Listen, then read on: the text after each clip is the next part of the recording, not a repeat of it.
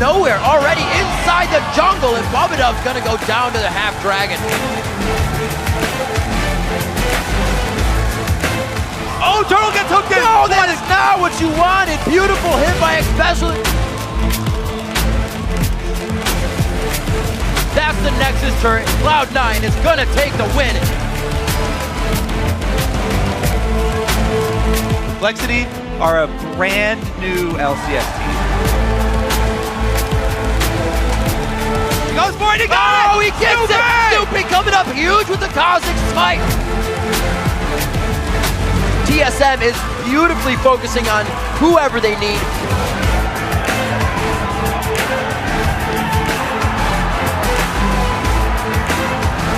Smiles all around for COD right there.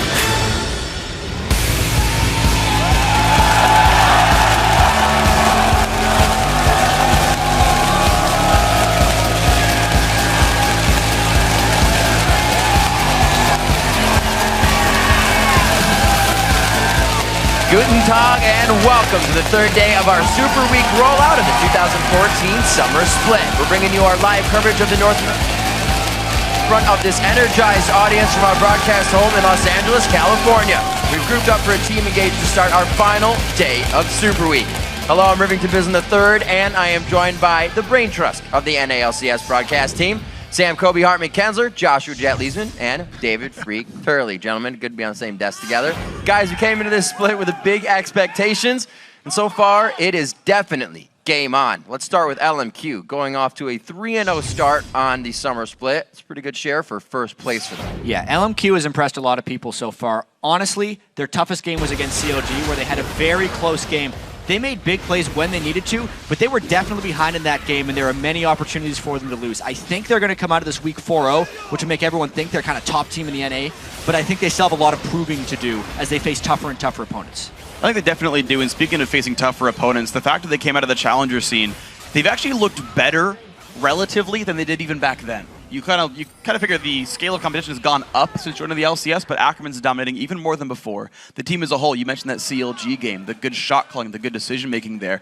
They're looking much better week after week. Yeah, they are, and it's not only the individual players. Yes, everybody loves Xiao on this Yasuo, but the biggest hang-up for me is that coming into the split, everyone's talking about, oh, there's so many changes, roster changes in the North American LCS. These teams are going to have a slow start. Cloud9 is the only team coming in with an unchanged roster. People forget about LMQ. They've been playing together for months. They all came over together from China, and it shows in their team play. This is a very cohesive group of guys. Now, switching to the team that they share first with, a name that many people wouldn't have said right off the bat, Dignitas.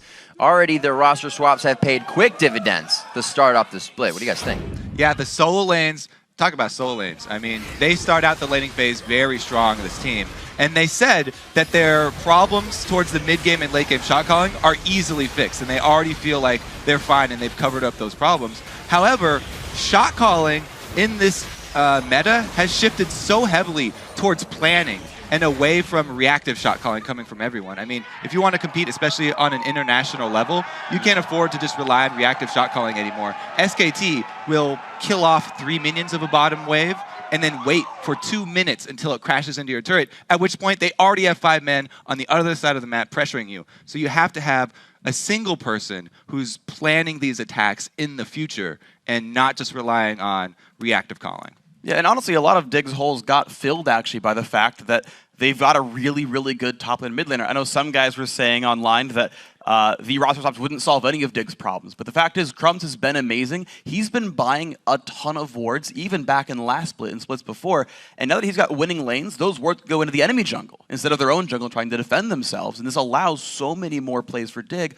where they can keep forcing advantages, and it's working so well for them. Yeah, Crumbs bought 54 sight wards, or stealth wards, and 19 pink wards in 3 games. That's an absurd amount of vision, but the big thing for Dignitas, I think, is going to be consistency, even already. Almost lost that game to EG before crushing Cloud9. And every split, it seems like Dignitas goes on a 9 or 10 game winning streak and then matches it with an equally long losing streak. So they have to stay consistent even with this improved roster. Can't fall back into those ruts. Let's move forward here. That brings us to the 2-time defending champs, Cloud9. And while one loss doesn't warrant a sky is falling mentality here, gentlemen, they haven't looked like themselves. Exactly. It doesn't matter that they've won or lost the games. And like, yes, they beat TSM. and it was like a fairly convincing win against TSM, but this is a TSM with a changed roster, and the game was still slow, and it looked afraid for Cloud9. They actually, this kind of happened at the beginning of the last split as well, where their first loss to Dig was this very afraid game where they weren't making any moves. Right now, it seems like C9 aren't really together right now. They're not firing very quickly. It seems like they're not really planning moves forward, and they're getting kind of walked over in a lot of cases. But let's be fair, Cloud9 is a team that's coming off of injury. Hai was not really able to play much League of Legends while he was hospitalized there with his medical problems, and they are just coming back from playing with Link as well. Cloud9 had a tough schedule. It gets easier from here. I think they're going to improve and be just fine. I definitely agree with you. I think Cloud9 will look better in the future, not only because of the injury, but also because they're getting used to working with that pivotal shot caller once again. They had Link before, and they tried to put him into the position where he's making a lot of these calls and planning things. And it's so different when you move someone else in a crucial spot like that on your team. All right, with that quick look at the teams, let's take a look at how the standings shape up after 2 days of matches. In the top spot, it's Team Dignitas and LMQ, with Counterlogic Gaming and Team Solo Mid and Hot Pursuit in second place. And take a look now, because you won't see this very often. Cloud9 is in 5th place, while Curse, Complexity, and EG are still looking for that first win of the split. And that brings us to today's schedule. Up first, it's LMQ versus Curse. Then Cloud9 takes on Complexity. After that, Evil Geniuses and TSM score off in our 3rd match, followed by Curse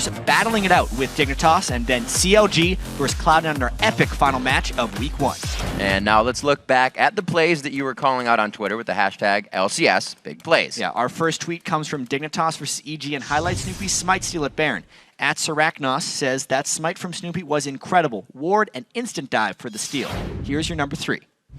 Just finishing the Phantom Dancer. The critical cloak coming in there to give him a little bit more attack crit. He goes for it, he goes! Oh, he gets it!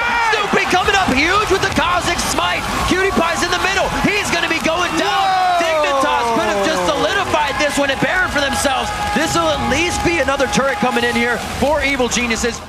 The most impressive thing about this to me is the timing. He has a split second after he places the ward to click on Baron, look at the health, jump in, and smite right after Crumbs uses his smite, because Crumbs also smote a little bit early there. Yeah. Just really good play there from Snoopy to get them back in the game. But now it is back to the Baron pit for number 2. This is an upset of the day. Dignitas versus Cloud9. At You Got Mad tweets, Kiwi Kid's Zyra play around the Baron pit was incredible. That ult secured the win then and there. Here's your number 2.